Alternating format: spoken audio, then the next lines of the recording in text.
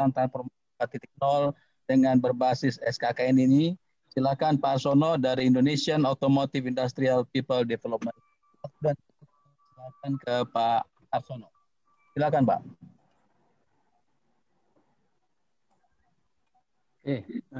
Terima kasih. Assalamualaikum warahmatullahi wabarakatuh. Selamat pagi. Ya. Dan sebelum itu saya ingin khususnya menyampaikan selamat kepada Pak Putu Juli Ardika untuk promosinya menjadi staf ahli menteri di bidang pendalaman, penguatan, dan penyebaran industri. Terima kasih Pak Arsono. Pak Toto juga dong. Pak Toto ini bikin kaget Pak. Minggu lalu masih bersama-sama saya merumuskan sebagai PT Bos. Saya kok udah beda gitu. Selamat Pak Toto untuk promosinya jadi direktur utama di PT SKF. Terima kasih Pak Arsono, ya kita sama-sama Pak. Ya Pak. Nah hari ini saya mewakili ya dari tim perumus. Jadi saya hari ini mendapatkan amanah ya dari IMATAP ya khususnya dari Pak Putu untuk bisa menyampaikan tentang LSKKNI bidang lean manufacturing. Jadi saya adalah salah satu member di dalam anggota tim rumus LSKKNI ini, di mana ini adalah sebagai hasil kerja tim besar ya dari pihak IMATAP sendiri, kemudian dipandu dengan sangat intensif oleh BPSDMI, dan juga bagaimana kami juga mendapatkan banyak masukan-masukan dari akademisi, ada Pak Prof. Derajat, ya, Pak Dr. Ing dari Pak Dianto, dari para praktisi, termasuk Pak Toto dan Pak Fadli dari senior itu sangat banyak memberikan masukan-masukan. Dan juga dari asosiasi, dan juga ini pun sudah didiskusikan sini dari Departemen Tenaga Kerja dan Transmigrasi. Nah, untuk ini sebelumnya akan memperkenalkan diri IAIPD itu apa. Mohon next slide-nya. Jadi sebagai gambaran bahwa IAIPD ini adalah singkatannya dari Indonesian Automotive Industrial People Development. Jadi kami ini sebagai asosiasi non-profit yang terdiri dari supplier tier 1 di manufacturing di second tier ya, dengan melalui kegiatan Kaizen activity di proses operationnya second tier. Jadi visi kami adalah bagaimana bisa mengembangkan para second tier ini punya competitiveness-nya yang lebih baik. Jadi yang kami improve adalah kami mengembangkan orang-orangnya. Tadi mungkin Pak Putu sudah menyampaikan yaitu para Kaizen men ya, sehingga manufacturing operation mereka akan lebih baik lagi. Jadi jika itu bisa dilakukan dengan cara yaitu kami mendidik knowledge-nya dan lebih banyak lagi mendidik dalam praktek. Kira-kira perbandingannya 20 dan 80 ya. Dan terutama yang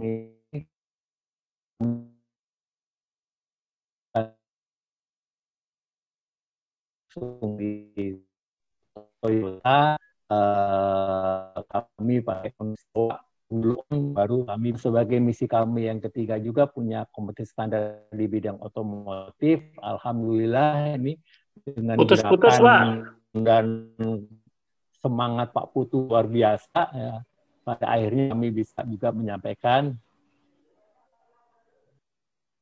Halo, bagaimana? Pak Arsono suaranya agak putus-putus tadi. Pak Arsono suaranya hilang-hilang Pak Arsono. Oh ya, saya coba pelan-pelan ya. Nampaknya kondisi jaringannya ini Pak. Iya, udah baik lagi Pak Arsono, lanjutkan Pak. Halo, bagaimana? Sekarang sudah lebih baik? Lebih baik ya, Pak, sekarang jelas oke. Nah, oke, saya coba ulangi lagi ya sedikit ya, lebih singkat. Jadi di sini yang terutama adalah misinya bagaimana para orang-orang di SDM di second tier itu punya knowledge yang cukup dan dibarengi dengan praktek-praktek yang cukup sehingga punya kompetensi yang sesuai. Kemudian juga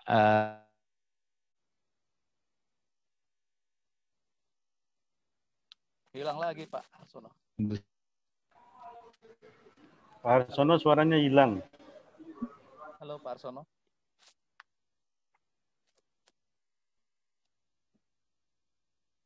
Halo Pak Arsono.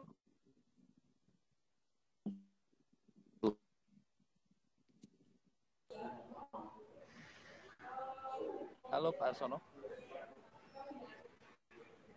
Sepertinya sinyalnya terputus, Pak. Oke. Pak Arsono bisa dengar saya? Oke, berarti memang ada gangguan sinyal di Pak Arsono ini. Oke, kita tunggu beberapa menit sebentar.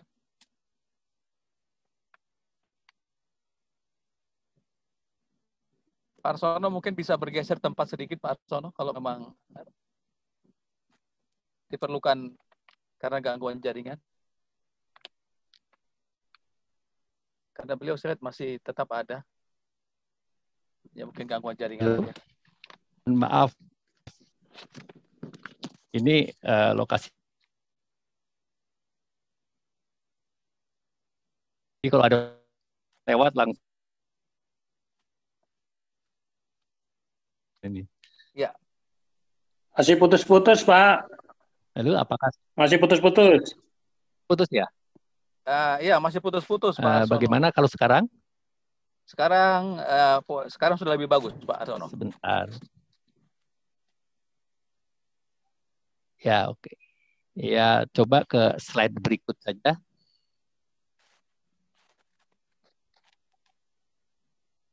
Ya, ini sebagai pengenalan ya saya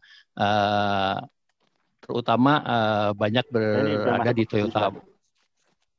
Berada di Toyota Motor Manufacturing sejak tahun 91 sampai 2020 ini, dan mulai tahun 2017 saya bergabung dengan IAIPD. Oke, next-nya.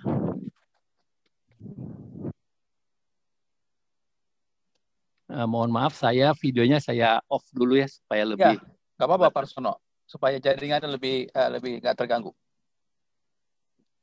Oke, jadi tadi menyambung juga yang disampaikan oleh Pak Putu tentang kondisi di Indi 4.0, khususnya dari sektor komponen maker, di mana baru tahapan siap ya, kemudian siap untuk sudah memulai.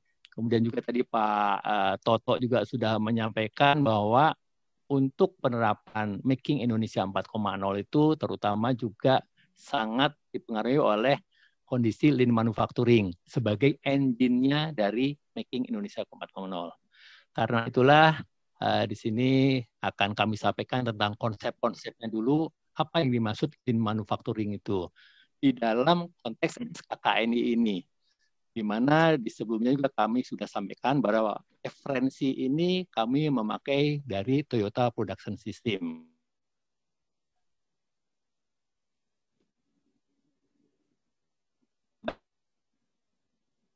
Halo. Tentang manufacturing sistem. Pada umumnya semua industri itu adalah mempunyai proses yang banyak ya, dengan berbagai teknik dan sistem ya. Nah, kalau yang diinginkan adalah bagaimana proses itu bisa sederhana ya, tidak bikin ruwet gitu. Di mana outputnya adalah ingin didapatkan produk yang berkualitas dan konsumsi resources di dalam manufacturing itu minimal. Untuk bisa menghasilkan kondisi yang minimal tersebutlah, maka kami harus melakukan suatu kegiatan perbaikan. Ya. Fokusnya adalah di dalam cost reduction melalui penghilangan berbagai eliminasi pemborosan. Ya. Dan pemborosan itu memang faktanya ada di dalam proses manufaktur. Jika kita bisa melakukan proses eliminasi pemborosan ini, harapannya nanti bisa memaintain profit, ya, dan company-nya bisa juga berkembang terus, pada akhirnya bisa berkembang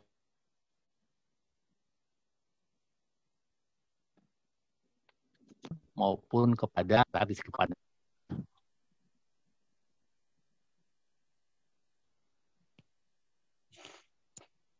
Halo Pak Arsono. Slide berikut Pak Rensyah.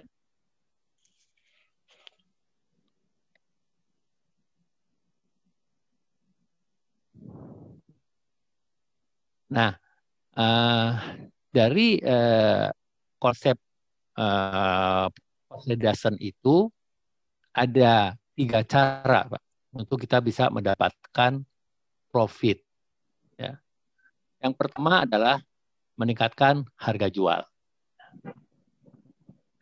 Peningkatan harga jual ini, kalau kita lihat, ya, memang profitnya akan bertambah. Tapi tentu saja kondisi market belum tentu semuanya bisa menerima. Sehingga bisa terjadi walaupun profitnya dapat naik, tapi dengan price yang naik, bisa-bisa produk kita nanti tidak dibeli oleh pelanggan. Yang kedua adalah yaitu bagaimana kita mendapatkan profit dengan menjaga sales price-nya tetap, itu di balok nomor 2, tapi dilakukan dengan cost reduction. Tentu saja ini melalui suatu usaha yang terus-menerus dan tidak berhenti-berhentinya. Dan yang idealnya adalah kita bisa melakukan yang nomor 3, yaitu cost reduction itu dilakukan di internal, juga sales price dilakukan juga. Dengan sales price yang bisa lebih baik atau menurun, maka tentu saja merit di temer. Itu akan meningkatkan volume kita. Kemudian dengan juga kita berbarengan melakukan cost reduction, maka juga merit di internal manufacturing karena profitnya tetap akan bisa bertambah. Ini konsep dan kepentingan kenapa harus melakukan cost reduction. Next, berikutnya.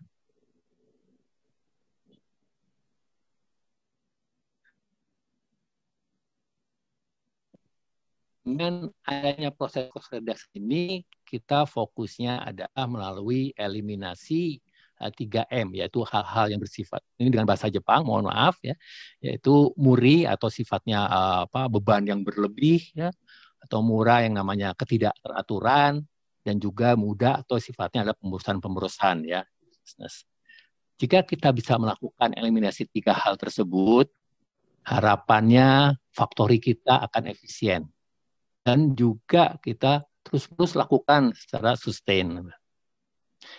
Dampaknya sendiri di dalam operation tentunya akan bagi para pelaku di dalam manufacturing kita akan mendapatkan situasi yang lebih aman dalam melakukan proses produksi.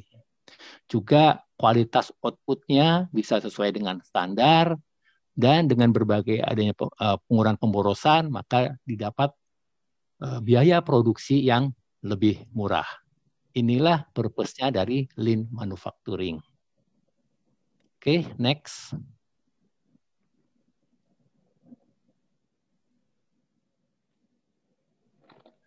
Dan dari kondisi kita bisa melakukan berbagai eliminasi pemborosan. Yang pertama, yang penting adalah bukan sekedar mengejar bagaimana profit itu terjadi. Jadi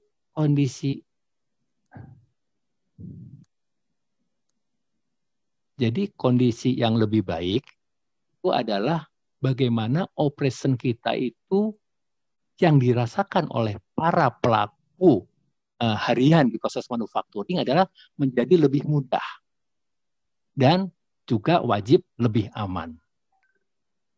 Sebagai 3 hal tujuan dari proses manufacturing, yaitu kita selalu ingin di tempat kita tuh terjadi ada zero accident, tidak ada accident.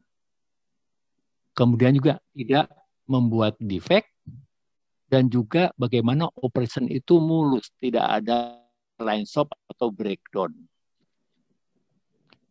Ini bisa didapat jika kita sudah melakukan eliminasi berbagai pemborosan, maka complexity operation itu akan semakin minimal, semakin sederhana operasinya.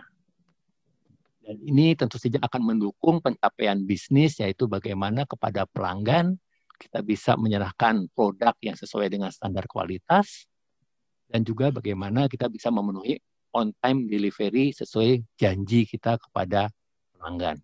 Itu adalah kewajiban yang perlu dipenuhi oleh proses manufaktur. Next. Nah, hal tersebut maka coba ada Lean Manufacturing House, yaitu bagian atapnya adalah sebagai tujuan utama dari bisnis manufaktur, yaitu customer-nya puas. Melalui produknya itu memenuhi standar kualitas, sales-nya bisa rendah karena kita bisa mendesain cost yang lebih rendah, dan juga di time-nya cepat. Ya, tidak berlama-lama kita menyerahkan ke customer. Itu ditopang oleh operation yang sifatnya just in time dan ya, dengan dibantu oleh adanya standarisasi kerja yang baik dan juga kondisi 5R maupun kondisi K3 yang baik. Dan untuk mencapai customer satisfaction itu tentu saja tadi sudah dijelaskan harus terus-menerus bergulir terus melakukan cost reduction dengan mengeliminasi muri, murah, dan mudah. Oke, next.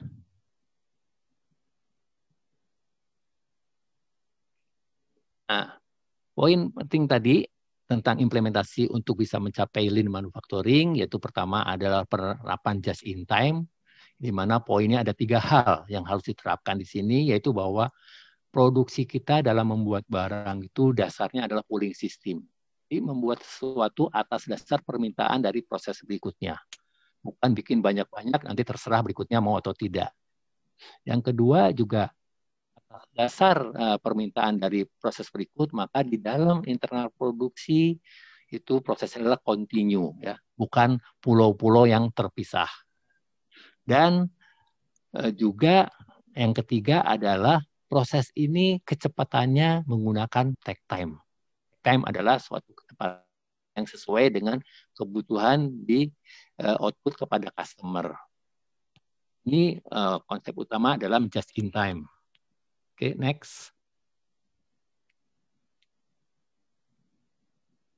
Berikutnya untuk bisa mendapatkan just in time tentu saja tidak serta-merta mudah, itu ada proses yang namanya Heijunka, ya.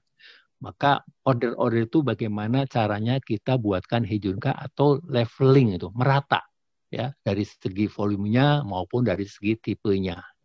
Kalau ordernya naik turun, tentu saja kita harus men-set up untuk memenuhi hal yang tertinggi, volume tertinggi, ya.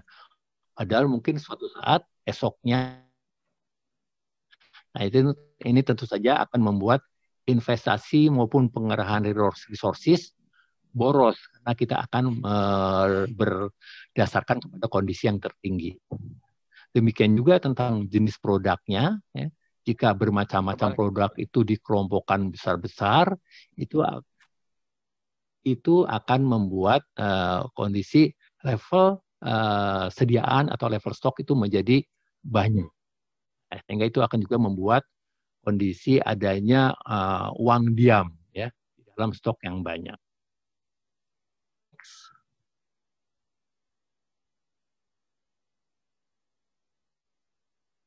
Next slide. Silakan Pak Rensa, Pak Isman. Nah, yang berhubungan dengan Jidoka adalah pada intinya bagaimana kondisi abnormal itu tidak dibiarkan terus-menerus. Abnormalis ini bisa juga kondisi apapun di lini produksi, adanya mungkin breakdown, adanya part yang salah, atau kondisi kualitas yang tidak baik, itu harus selalu kita bisa ketahui, ya. Sehingga abnormal itu harus, begitu terjadi abnormal, kita harus bisa menghentikan proses operation dan juga menanganinya. Jadi ada abnormal yang berhubungan dengan defect atau cacat,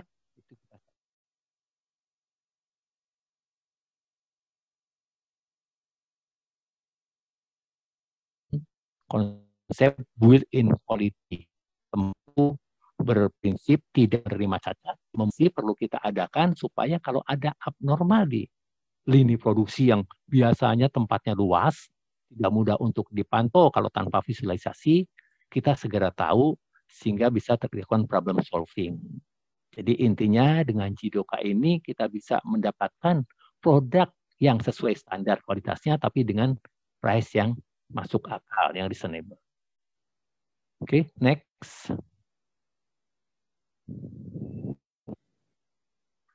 Sedangkan implementasinya adalah dari konsep Jidoka dan juga just in time, tadi kita mengadakan di operation harian adalah standarisasi.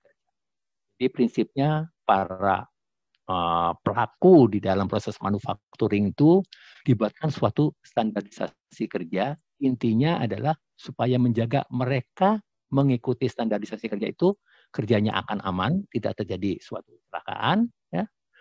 Outputnya sesuai dengan standar kualitas, dan prosesnya yaitu productivity-nya bisa sesuai dengan target.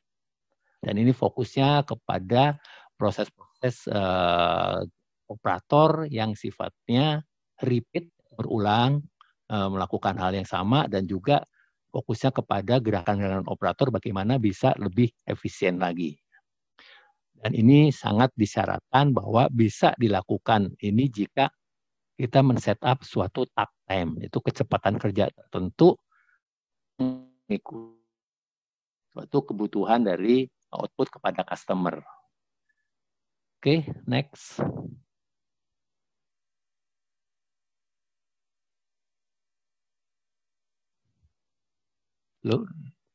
Nah, tadi juga disampaikan bahwa kondisi di pihak komponen manufaktur ya masih banyak yang belum sesuai dengan harapan. Tadi juga di dalam Indi 4.0 juga disebutkan secara grafik laba-laba masih perlu pengembangan lebih lanjut.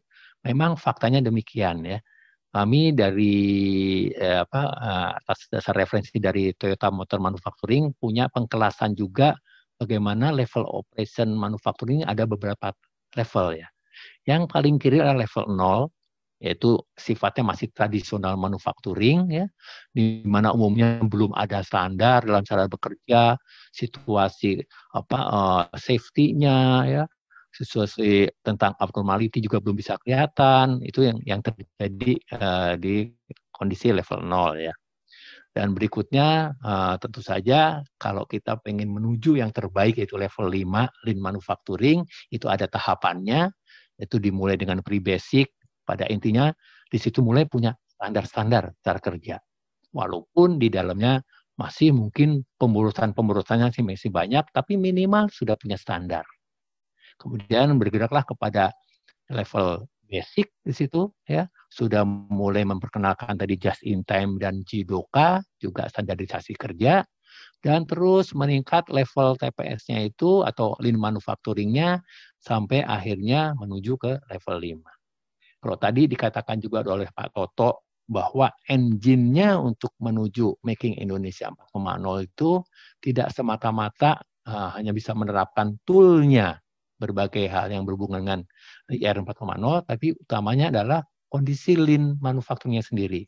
Jadi di sini pun kami tetapkan minimal untuk menuju Making Indonesia 4.0 itu sudah di level 3. Sambil bersama-sama nanti seiring waktu juga dikembangkan terus kepada level 5. Oke, next.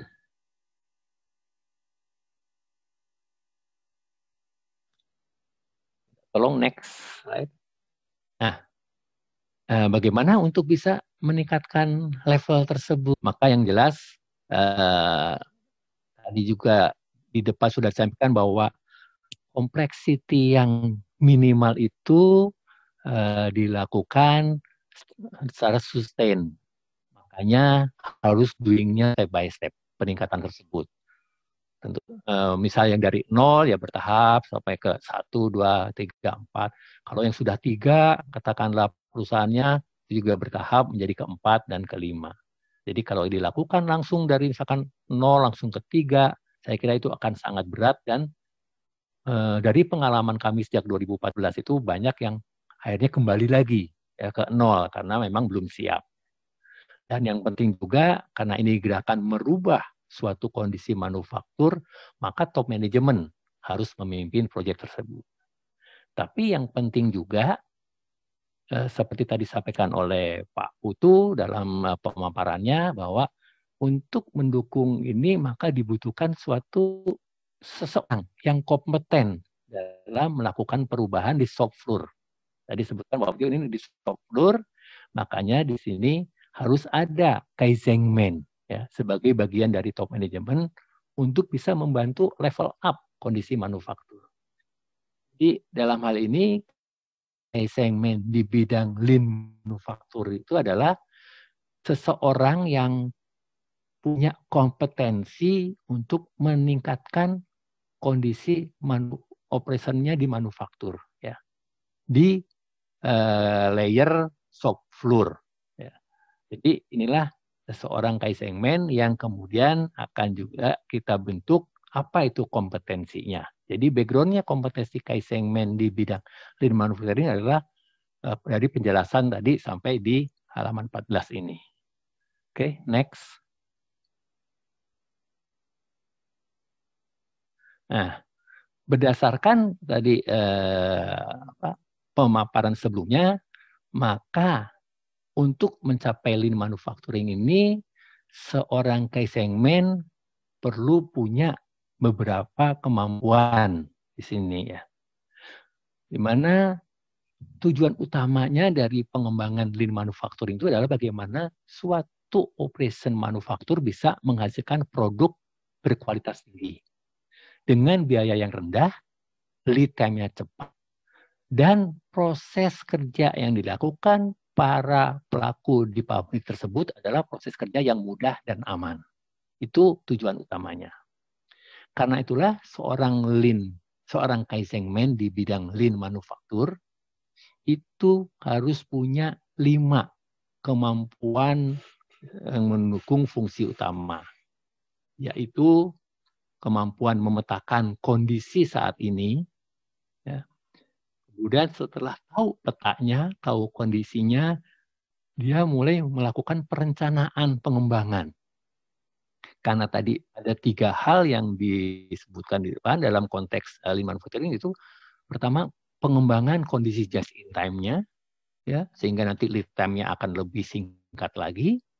Pengembangan kondisi JIDOKA, sehingga kalau dilihat secara ukuran, tingkat reject itu akan minimal, bahkan kalau idealnya bisa 0, tingkat reject barang ini. Kemudian juga bagaimana juga bisa merencanakan pengembangan standarisasi kerja, sehingga operator itu kerjanya lebih stabil dan jumlahnya pun bisa optimum.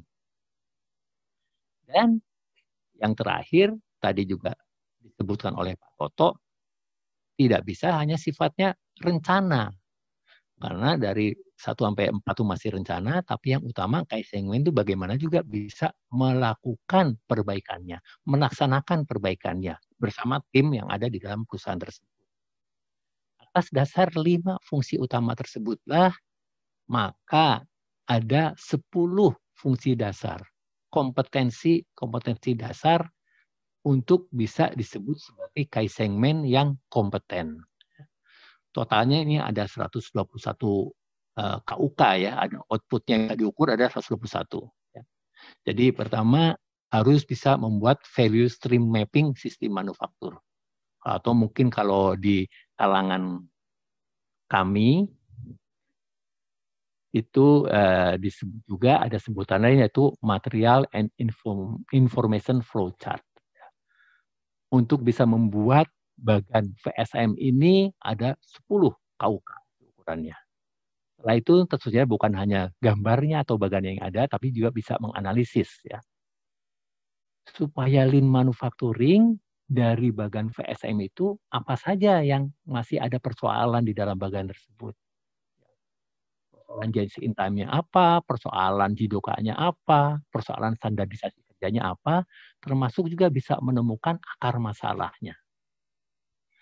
Dengan dasar pekerjaan yang nomor 1 dan nomor 2 itulah kemudian berikutnya bisa melakukan pekerjaan nomor 3, 4, 5, 6, 7, 8.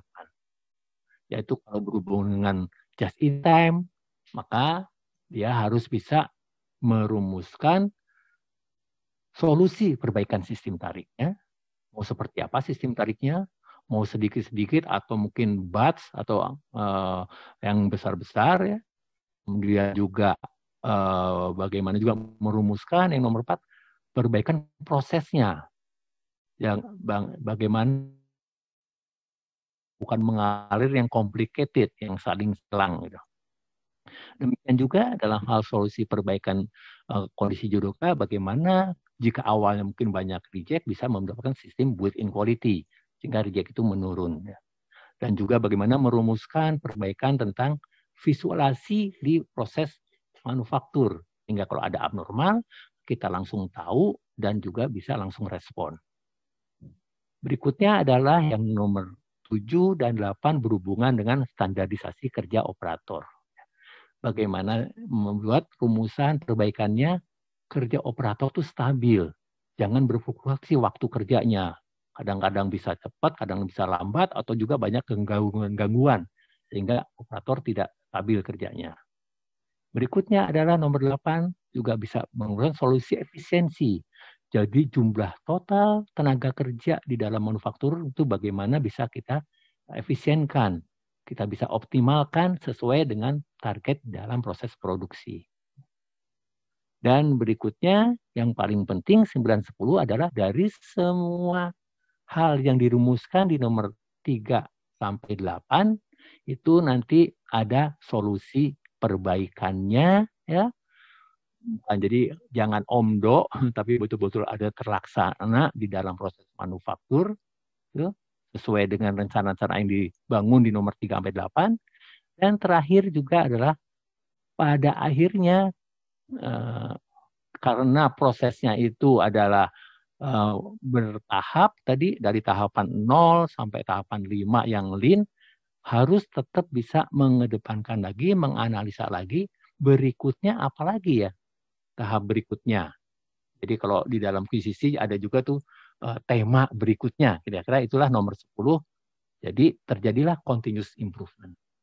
Inilah 10 kompetensi dasar seorang Kaizenman di dalam bidang lean manufacturing. Dan tentunya memang ini yang utama tadi kami sebutkan juga prosesnya bukan sekedar memberikan knowledge, tapi juga ini nanti sampai membuat suatu pelatihan yang sifatnya praktek. Sehingga betul-betul bahwa ini terlihat implementasinya di lapangan ada perubahan menuju kepada lean manufacturing. Saya kira penjelasannya itu semua dari tentang LSKKNI Lean Manufacturing ini. Terima kasih. Tentunya nanti kalau ada diskusi silakan akan kami coba jawab.